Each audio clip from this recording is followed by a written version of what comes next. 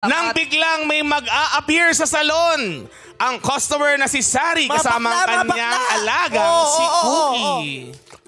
Appear! Appear! Anong ginawa yung A-Salon? A-Salon, ang laki-laki ng ibinahid ko sa inyo. Nagpakulay ako ng buhok ko dahil gusto-gusto ng alaga ko si Sari na dilaw ang hair ko. Ito kasi yung buhok ko kahapon. Ay, ano? Bakit naging itim yung dilaw kong hair? Bakit nag-disappear? Pasensya na po kayo.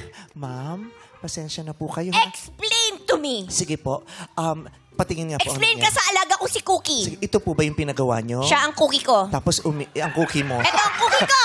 Patawarin niyo po ako pero kailan naman hindi ko kakausapin ang cookie mo. Kausapin mo. Bakit? Kausapin mo! Tatadyakan ko yung cookie. Customer yan. Kakausapin ni Tina Kaya si nga ako Cookie. nag-parlor, di ba? Dahil wala akong hilig sa mga cookie. Kausapin Sana mo. nag-bakery na lang ako. Mag-explain ka sa Mabait cookie ko. yan. Kausapin mo. Ang baho ng cookie.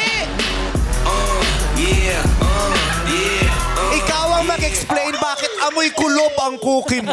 Bagong ligo yan. Mag-explain kayo. Minsan ninuhugas-hugasan din ang cookie, madam. Cookie. Cookie, it's okay. Mag-explain na ang A-Salon kung bakit nag-disappear yung dilaw kong hair. Kakausapin ko lang po yung gumagawa ng... Ipapaliwanag ko po sa inyo. Anong nangyari? Bakit naging itim yung dilaw? Ay, ba sinabi ko, yan ang isa sa pinakamalaking magbigay nating customer. Tapos bakit... Anong nangyari? Pati si Bongbong. Mapapahiga ka, comedy yun. Comedy. Anong nangyari? Mali, ang pangit ang time. Ganito yung comedy sa pelikula dati. Anong nangyari? Bakit nagkagano? Bakit nag-disappear? Bakit nag-disappear?